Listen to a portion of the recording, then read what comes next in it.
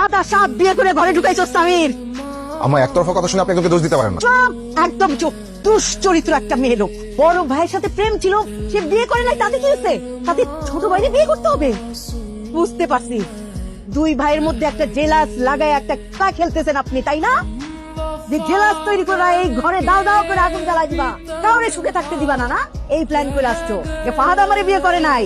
ঠিক আছে, দাঁড়া, খেল দেখাইতাছি। সেই খেলটা দেখাইতে আসছো না? হ্যাঁ, কিছু বলেন? বৌমা, বড় বৌমা যা বললো সব সত্যি? তোমার সাথে ফাহাদের কোনো সম্পর্ক ছিল? বলো। হ্যাঁ বাবা, সত্যি। সামির, ওদের সম্পর্কের বিষয়টা তুই জানতি? জি আব্বা। সব জেনে শুনে এরকম একটা কাজ তুই করলি? আপা আপনার বড় ছেলে টাকা লোভের সাথে। আর একটা কথা বললি, চলে যা আমার সামনে থেকে, চলে যা। আর কোনোদিন আমার সামনে আসবি না। যা। এই দিনটার অপেক্ষায় ছিল, এই দিনটার। পাইছো শান্তি? কলিজায় শান্তি পাইছো? সরো। এই দিনটার অপেক্ষায় ছিল গো। আপনি আমাকে বের করবেন, চলেন। তো আমি কেন? আপনি বলেননি যে আমার বিপদে আপনি হেল্প করবেন, আপনি ছুটে আসবেন, যে কোনো বিপদে আপনার সাথে আমি যোগাযোগ করি। এটা তো আমার সবচেয়ে বড় বিপদ। এই বিপদে যদি আমি আপনি হেল্প না পাই, তাহলে আপনাকে দিয়ে কি করবো আমি?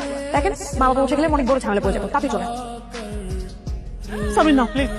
বাধা দিও না প্রভু, আমি চলে যাচ্ছি। একটা কথা বলে যাই, আজ থেকে আমি এই পরিবারের কেউ না।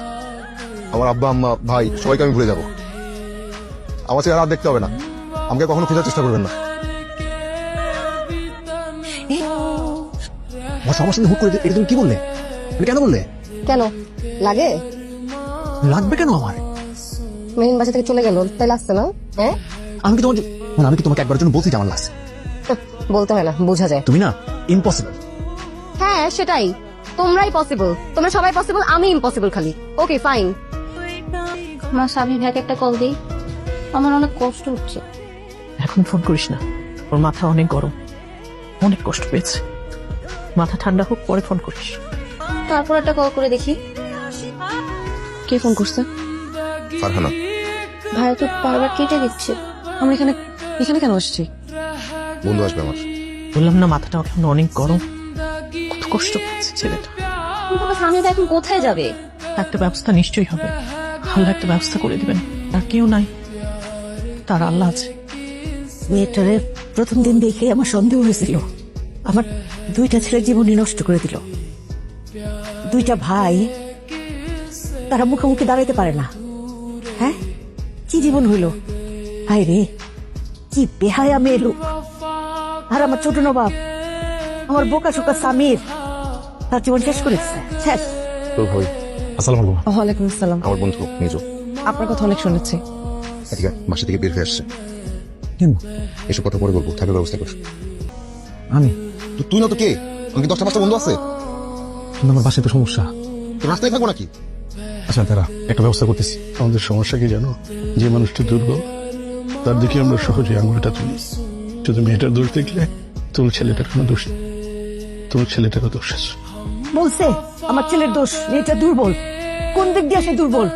তার যে খেলা, ওরে বাপরে, কতখানি চালু মেয়ে হইলে পরে সাথে সাথে তার বয়ফ্রেন্ডের ভাইরে মন গলায় বিয়ে করে ফেলতে পারে। মেয়ের নাকি দুর্বল। আমার স্বামী শেষ করে দিল। এক হাতে তালি কখনো বাজে না আঞ্জুমান। এক হাতেই তালি বাজেছে, তালির চুটে আমার সংসার। এক হাতে তালি বাজে না আঞ্জুমা। তালির চুটে সংসারটাই ভেঙে দিছে, এমন তালি বাজাইছে।